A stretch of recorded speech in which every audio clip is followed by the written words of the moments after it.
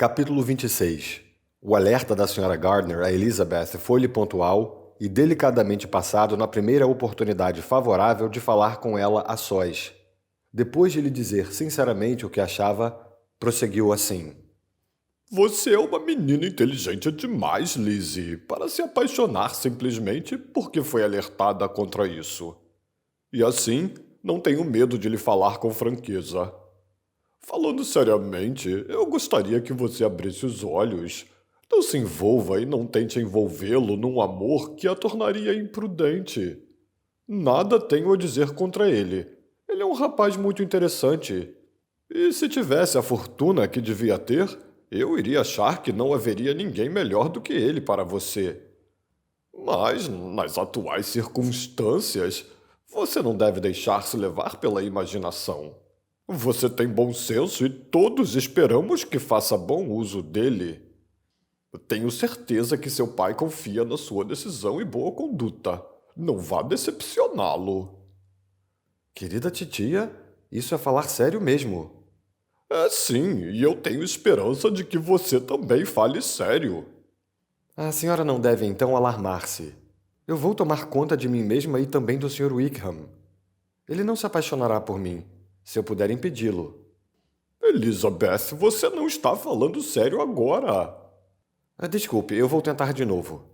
No momento eu não estou apaixonada pelo Sr. Wickham. Não, com certeza não. Mas ele é incomparavelmente o homem mais adorável que eu já vi. E se ele vier a gostar realmente de mim, acho que seria melhor que isso não acontecesse. Posso ver como seria imprudente. Aquele abominável Sr. Darcy! A opinião de meu pai a meu respeito é uma grande honra para mim, e seria uma desgraça decepcioná-lo. Meu pai, porém, simpatiza com o Sr. Wickham. Em suma, querida titia, eu lamentaria muito fazer infeliz qualquer um de vocês. Mas como vemos todos os dias que, quando há amor, os jovens raramente são impedidos pela imediata falta de recursos de se comprometerem uns com os outros. Como posso ser mais sábia do que tantas outras criaturas, se for tentada? Ou como posso saber se seria prudente resistir? Tudo o que posso prometer-lhe, portanto, é não me precipitar. Não vou precipitar-me acreditando-me seu principal objetivo. Quando estiver com ele, não serei impaciente. Em resumo, farei o possível. Talvez o melhor fosse desencorajá-lo a vir aqui com tanta frequência. Pelo menos você não deveria lembrar a sua mãe de convidá-lo. Como uns dias atrás, disse Elizabeth com um sorriso acanhado. É verdade, será mais prudente evitar fazer isso. Mas não imagine que ele venha assim com tanta frequência. É graças à senhora que ele foi convidado tantas vezes esta semana. A senhora conhece as ideias de mamãe sobre a necessidade de proporcionar companhia constante para os amigos. Mas realmente, dou-lhe a minha palavra. Vou tentar fazer o que julgo ser o mais certo. E agora espero que a senhora esteja satisfeita. Sua tia lhe garantiu que sim, e tendo Elizabeth agradecido a ela pela gentileza das recomendações, as duas se separaram, tendo sido dado um conselho maravilhosamente exemplar sobre o assunto, sem deixar mágoa. O Sr. Collins voltou a Hertfordshire logo depois da partida dos Gardner e de Jane. Mas, como se instalou na casa dos Lucas, sua chegada não causou grandes inconvenientes para a Sra. Bennet. O casamento já se aproximava rapidamente, e com o tempo, ela tanto se resignara que o julgava inevitável e até dizia muitas vezes, em tom mal-humorado, que desejava que eles fossem felizes. O casamento seria na quinta-feira, e na quarta a senhorita Lucas fez a sua visita de despedida. E quando ela se levantou para partir, Elizabeth, envergonhada com os xoxos e relutantes votos de felicidade da mãe e sinceramente comovida, acompanhou-a ao sair da sala. Enquanto desciam juntas as escadas, Charlotte disse: Espero ter notícias sua muito em breve, Elisa. Isso certamente vai ter, respondeu Elizabeth. E tenho outro favor para lhe pedir. Você virá visitar-me? Vamos nos ver sempre, espero, em Hertfordshire. Não é provável que eu saia de Kent por algum tempo. Eu quero então que você me prometa que virá a Hunsford. Elizabeth não pôde recusar, embora previsse que seria uma visita pouco prazerosa.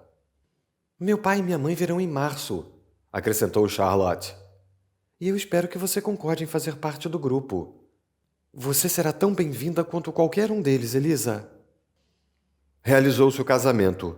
Das portas da igreja, a noiva e o noivo partiram para Kent. E todos tinham muito a dizer ou ouvir sobre o assunto, como sempre. Elizabeth logo teve notícias da amiga. E a correspondência entre elas foi tão regular e frequente como sempre fora. Que fosse igualmente sincera seria impossível. Elizabeth nunca se dirigia a ela sem sentir que todo o prazer da intimidade chegara ao fim.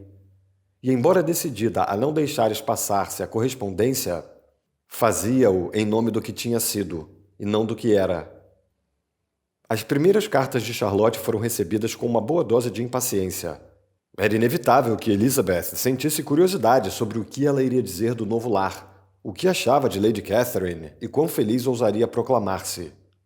No entanto, quando as cartas foram lidas, Elizabeth percebeu que Charlotte se exprimia sobre cada ponto exatamente como era de se prever. Escrevia com animação, parecia rodeada de conforto e nada mencionava que não pudesse agradar-lhe. A casa, a mobília, a vizinhança, tudo era do seu gosto. E Lady Catherine era muito simpática e atenciosa.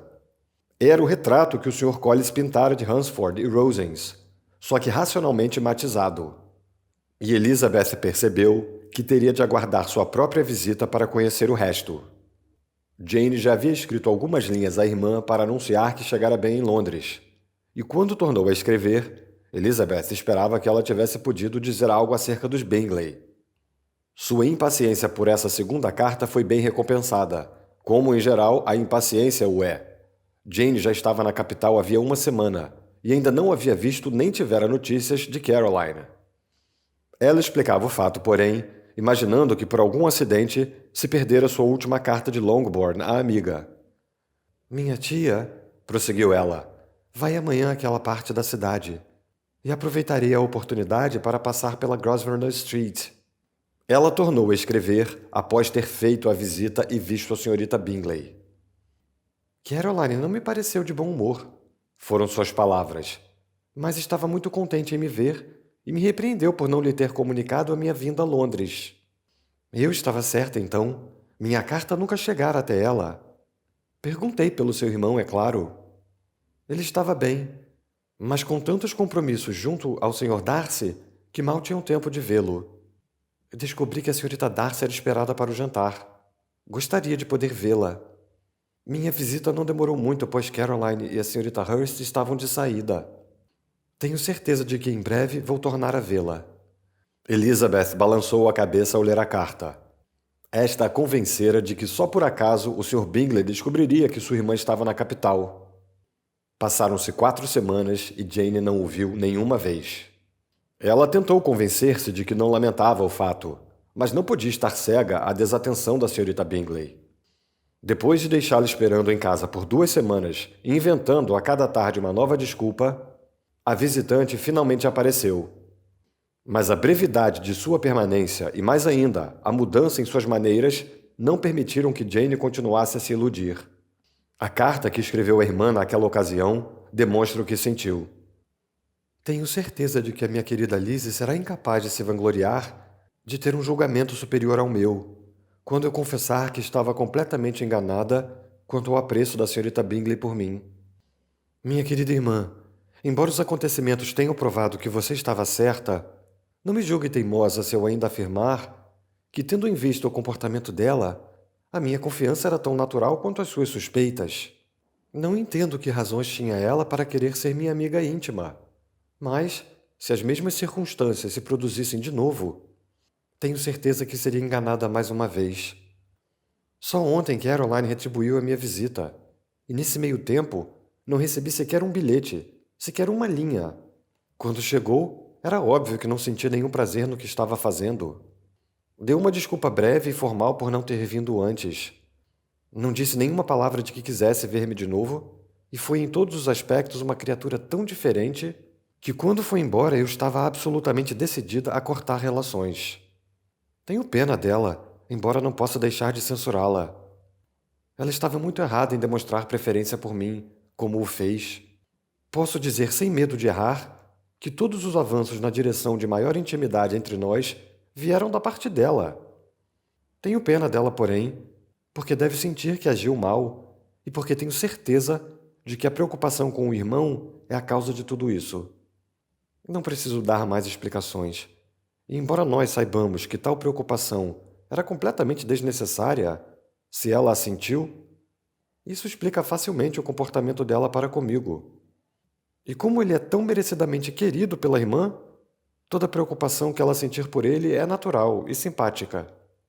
Não posso deixar de me admirar, porém, de ela ainda ter tais receios, pois se ele me houvesse amado de verdade, já nos teríamos encontrado há muito tempo. Ele sabe que estou em Londres, tenho certeza, por algo que ela mesma me disse. E, no entanto, até parece, pelo seu jeito de falar, que ela quer convencer-se de que ele goste realmente da senhorita Darcy. Eu não consigo entender. Se não receasse julgar severamente demais, estaria tentada a dizer que há uma estranha aparência de duplicidade nisso tudo. Mas vou tentar livrar-me de todo pensamento doloroso e só pensar no que me faz feliz. O seu afeto e a inabalável bondade de titio e titia. Escreva-me logo. A senhorita Bingley disse alguma coisa sobre nunca mais voltar a Netherfield, sobre abrir mão da casa, mas não com muita firmeza. Seria melhor não mencionarmos isso. Estou felicíssima por você me mandar tão boas notícias dos nossos amigos de Hunsford. Peço-lhe que vá visitá-los, com Sir William e Maria. Tenho certeza de que você vai ser muito bem tratada. Da sua, etc. Essa carta causou certa aflição em Elizabeth, mas ela recuperou o bom humor quando se deu conta de que Jane não seria mais iludida, ao menos pela irmã. Já não havia absolutamente nenhuma expectativa com relação ao irmão. Ela já não queria nem sequer reatar a amizade com ele. A ideia que tinha dele piorava cada vez mais quando refletia a seu respeito. E como punição a ele, e em possível proveito de Jane, passou a ter sérias esperanças de que ele realmente se casasse com a irmã do Sr. Darcy. Pois, de acordo com os relatos de Wickham, ela o faria lamentar amargamente o que desdenhara.